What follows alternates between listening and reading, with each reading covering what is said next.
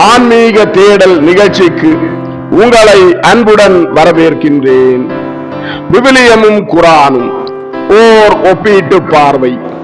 பாகம் 28, அதிகாரம் 3, சூரத்துல் ஆல இம்ரான். பாகம் 1, வசனங்கள் 1 முதல் 24 வரையும் அவை சார்ந்த விவிலிய வார்த்தைகளையும் பற்றி பார்ப்போம். 1ஆம் வசனத்தில் அலிஃப் லாம் மீம் என்று மட்டும் உள்ளது. 2ஆம் வசனத்தில் அல்லாஹ் அவனை தவிர வணக்கத்திற்குரியவன் வேறு எவனும் இல்லை, அவன் நிரந்தரமானவன் நிலையானவன் என்கிறது. 3ஆம் வசனத்தில் நபியே, இதற்கு முன்னுள்ள வேதங்கள் யாவற்றையும் உறுதிப்படுத்துகின்ற முற்றிலும் உண்மையை கொண்டுள்ள இவ்வேதத்தை அவன்தான் உம்மீது இறக்கி வைத்தான். இதற்கு முன்னரும் மனிதர்களுக்கு நேர்வழி காட்டியாக இருந்த தௌராத்தையும் இஞ்சிலையும் அவனே இறக்கி வைத்தான் என்கிறது. இப்பொழுது நாம் வாசிக்க கேட்ட 3ஆம் வசனத்தில் இதற்கு முன்னுள்ள வேதங்கள் யாவற்றையும், அதாவது விவிலியத்தை உறுதிப்படுத்துகின்றது என்று கூறுகின்றது. ஆனால் விவிலியத்திற்கு எதிரான கருத்துக்களை, விவிலியத்திற்கு எதிராக இருப்பதை ஏற்கனவே நாம் பதிவு செய்திருக்கிறோம். அதற்கான லிங்கை கீழே உள்ள டிஸ்கிரிப்ஷனில் கொடுத்திருக்கிறோம். பாகம் 4 மற்றும் 11 மறுபடியும் பார்க்கும்படி கேட்டுக்கொள்கிறேன். 4ஆம் வசனத்தில் மேலும் நன்மை தீமைகளை பிரித்தறிவிக்கக்கூடிய மற்றவற்றையும் அருள் புரிந்திருக்கிறான். ஆகவே எவர்கள் அல்லாஹ்வுடைய அவ்வசனங்களை நிராகரிக்கிறார்களோ அவர்களுக்கு நிச்சயமாக கடினமான வேதனை உண்டு என்கிறது. இப்பொழுது நாம் கேட்ட வசனம் அடிக்கடி வருகிறது, மனிதர்களை பயமுறுத்துகிறது. 5ஆம் வசனத்தில் நிச்சயமாக பூமியிலோ வானத்திலோ உள்ள எதுவும் அல்லாஹ்வுக்கு மறைந்ததல்ல என்கிறது. 6ஆம் வசனத்தில் அவன்தான் கற்பப்பைகளில் தான் விரும்பியவாறு உங்களை ஆணாக பெண்ணாகவோ உருவம் அமைக்கிறான் என்கிறது. 7ஆம் வசனத்தில் நபியே, அவனே இவ்வேதத்தையும் உம்மீது இறக்கி வைத்தான். இதில் முற்றிலும் தெளிவான பொருள் கொண்ட வசனங்களும் இருக்கின்றன. இவைதான் இவ்வேதத்தின் அடிப்படையாகும். மேலும் உங்களுக்கு முழுமையான பொருள் தெரிய முடியாத வசனங்களும் இருக்கின்றன. எவர்களுடைய உள்ளங்களில் மாறுபாடு இருக்கிறதோ அவர்கள் தெளிவற்ற பொருள்களுடைய வசனங்களையே தேடி பின்பற்றுவார்கள். குழப்பத்தை உண்டு பண்ண கருதியும் அதை தங்களின் தவறான நோக்கத்திற்கேற்ப மாற்றுவதற்காகவும் இவ்வாறு செய்கின்றனர். ஆயினும் இதன் உண்மை கருத்தை அல்லாஹ்வை தவிர ஒருவரும் அறிய மாட்டார். உறுதிமிக்க கல்விமான்களோ அதன் கருத்து தங்களுக்கு முழுமையாக விளங்காவிட்டாலும் இதையும் நாங்கள் நம்பிக்கை கொண்டோம். இவ்விருவகை வசனங்கள் அனைத்தும் எங்கள் இறைவனிடமிருந்து வந்தவைதான் என்று கூறுவார்கள். அறிவுடையவர்களை தவிர மற்ற எவரும் இவற்றை கொண்டு நல்லுபதேசம் அடைய மாட்டார்கள் என்கிறது. 8ஆம் வசனத்தில் மேலும் அவர்கள், எங்கள் இறைவனே, நீ எங்களுக்கு நேரான வழியை அறிவித்ததன் பின்னர் எங்கள் உள்ளங்கள் அதிலிருந்து தவறிவிடுமாறு செய்யாதே. உன் அன்பான அருளையும் எங்களுக்கு அளிப்பாயாக. நிச்சயமாக நீயே பெரும் கொடையாளி என்கிறது. 9ஆம் வசனத்தில் எங்கள் இறைவனே, நிச்சயமாக நீ ஒரு நாளில் மனிதர்கள் அனைவரையும் ஒன்று சேர்ப்பாய். அந்நாள் வருவதில் சந்தேகமே இல்லை. ஏனென்றால் நிச்சயமாக அல்லாஹ் தன் வாக்குறுதியில் தவறுபவன் அல்ல என்று கூறுவார்கள் என்கிறது. 10ஆம் வசனத்தில் நிச்சயமாக எவர்கள் அந்நாளை நிராகரிக்கிறார்களோ அவர்களுக்கு அந்நாளில் அவர்களுடைய செல்வங்களும் அவர்களுடைய சந்ததிகளும் அல்லாஹ்வினுடைய வேதனையில் இருந்து எதையும் அறவே தவிர்த்துவிட முடியாது. இவர்கள்தான் உண்மையாகவே நரகத்தின் எரி கட்டைகள் என்கிறது. 11ஆம் வசனத்தில் இவர்களின் நிலை பிராவுனை சார்ந்தவர்கள் மற்றும் அவர்களுக்கு முன் இருந்தவர்களின் நிலை போன்று உள்ளது. அவர்களும் நம் வசனங்களை பொய்யாக்கினார்கள். ஆதலால் அல்லாஹ் அவர்களின் இப்பாவங்களின் காரணமாக அவர்களை தண்டித்தான். அல்லாஹ் தண்டிப்பதில் மிக கடுமையானவன் ஆவான் என்கிறது. 12ஆம் வசனத்தில் எவர்கள் இவ்வேதத்தை நிராகரிக்கிறார்களோ அவர்களுக்கு நபியே நீர் கூறுவீராக, அதி சீக்கிரத்தில் நீங்கள் வெற்றி கொள்ளப்படுவீர்கள், மறுமையில் நரகத்தில் சேர்க்கப்படுவீர்கள், அது மிக கெட்ட தங்குமிடமாகும் என்கிறது.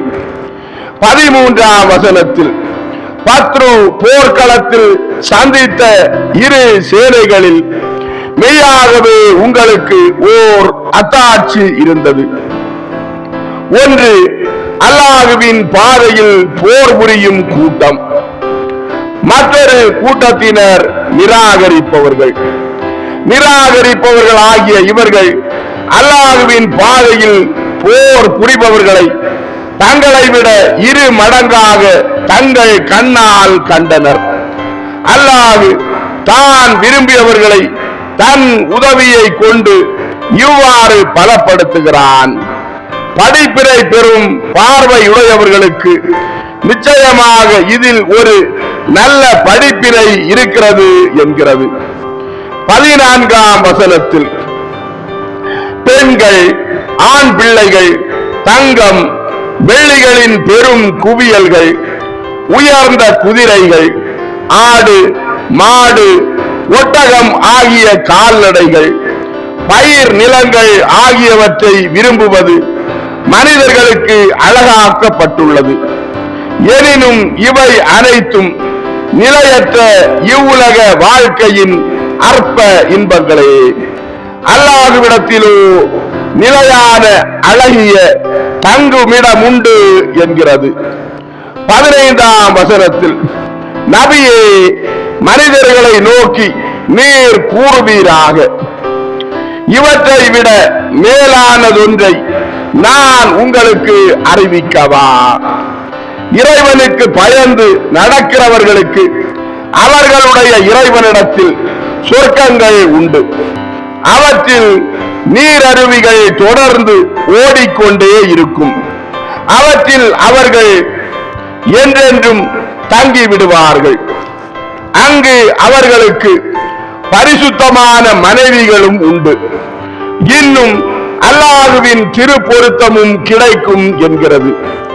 இப்பொழுது நாம் வாசிக்க கேட்ட சூரத்துல் ஆல இம்ரான் 15ஆம் வசனத்தில் சொர்க்கத்தில் நீரருவிகள் தொடர்ந்து ஓடிக்கொண்டே இருக்கும். இறைவனுக்கு பயந்து நடக்கிறவர்களுக்கு சொர்க்கத்தில் பரிசுத்தமான மனைவிகளும் உண்டு என்று சொல்கிறது. ஏற்கனவே சூரத்துல் பகரா 25ஆம் வசனத்திலும் குர்ஆனை நம்பிக்கை கொண்டு நற்செயல்களை செய்பவர்களுக்கு சொர்க்கத்தில் பரிசுத்தமான மனைவிகள் கிடைப்பார்கள் என்று விவிலியமும் குர்ஆனும் பாகம் 3இல் பார்த்திருக்கிறோம். ஆக சூரத்துல் பகரா 25ஆம் வசனமும் சூரத்துல் ஆல இம்ரான் 15ஆம் வசனமும் விவிலியத்திற்கு எதிரானதாகும். சொர்க்கத்தை பற்றி இயேசு கிறிஸ்து பேசியிருப்பதை விவிலியமும் குர்ஆனும் பாகம் 3 தெளிவுபடுத்தி இருக்கிறோம். மறுபடியும் விவிலியமும் குரானும் பாகம் 3 பார்க்கும்படி கேட்டுக்கொள்கிறேன். அதற்கான லிங்கை கீழே உள்ள டிஸ்கிரிப்ஷனில் கொடுத்திருக்கிறேன். மத்தேயு நற்செய்தி அதிகாரம் 22 வசனங்கள் 30 முதல் 32 வரையும், மார்க்கு நற்செய்தி அதிகாரம் 12 வசனங்கள் 25 முதல் 27 வரையும், லூக்கா நற்செய்தி அதிகாரம் 20 வசனங்கள் 34 முதல் 38 வரை உள்ள பகுதியில் இயேசு அவர்களிடம், இக்கால வாழ்வில் மக்கள் திருமணம் செய்து கொள்கின்றனர், ஆனால் வருங்கால வாழ்வை பெற தகுதி பெற்ற யாரும் இறந்து உயிர்த்தெழும் போது திருமணம் செய்து கொள்வதில்லை. இனி அவர்கள் சாக முடியாது. அவர்கள் வானதூதரை போல் இருப்பார்கள். உயிர்த்தெழுந்த மக்களாய் இருப்பதால் அவர்கள் கடவுளின் மக்களே.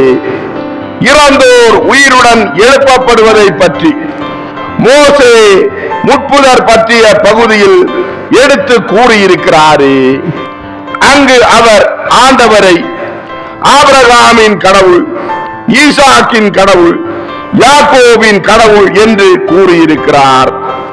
அவர் இறந்தோரின் கடவுள் அல்ல, மாறாக வாழ்வோரின் கடவுள்.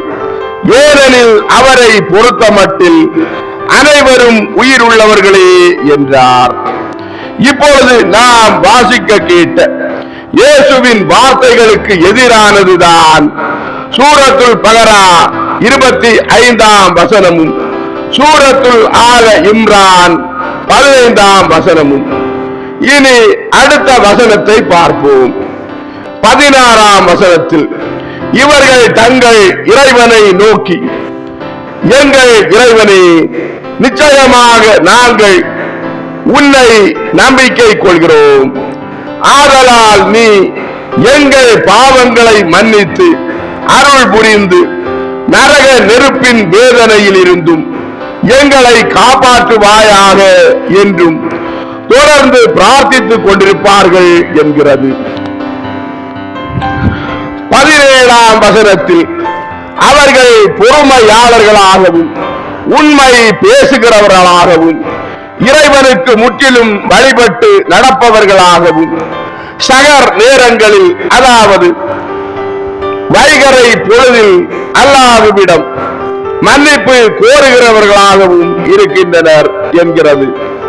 18ஆம் வசனத்தில் நபியே, நீதவானாகிய அல்லாஹ் சாட்சி கூறுகிறான், நிச்சயமாக அல்லாஹ்வை தவிர வணக்கத்திற்கு தகுதியான இறைவன் வேறு யாரும் இல்லவே இல்லை.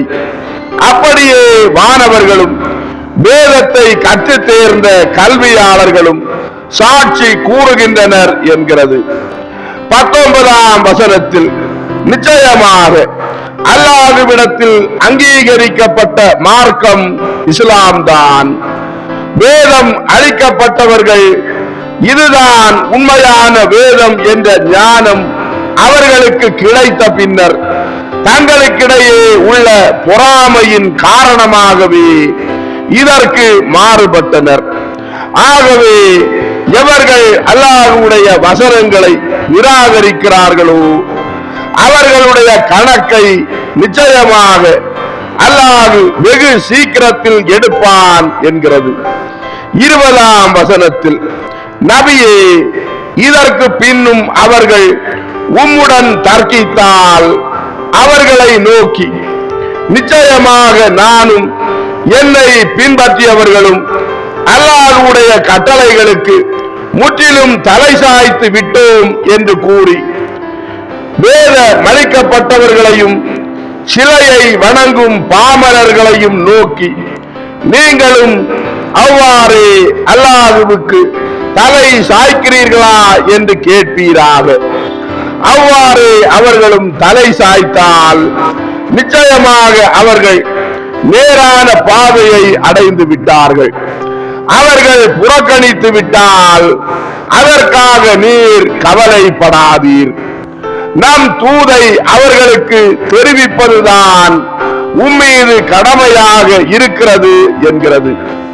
21ஆம் வசனத்தில் நிச்சயமாக எவர்கள் அல்லாஹ்வின் வசனங்களை நிராகரித்து நியாயமின்றி இறை தூதர்களையும் நீதத்தை ஏவுகின்ற மற்ற மனிதர்களையும் கொலை செய்கிறார்களோ அவர்களுக்கு துன்புறுத்தும் வேதனையை கொண்டு நபியே நற்செய்தி கூறுவீராக என்கிறது.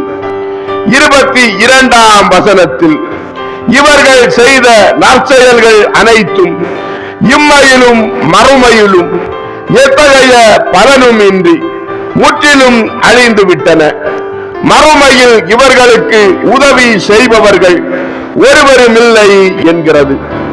23ஆம் வசனத்தில் நபியே வேதத்தில் ஒரு பாகம் கொடுக்கப்பட்ட யூதர்களாகிய இவர்களை நீர் கவனிக்கவில்லையா?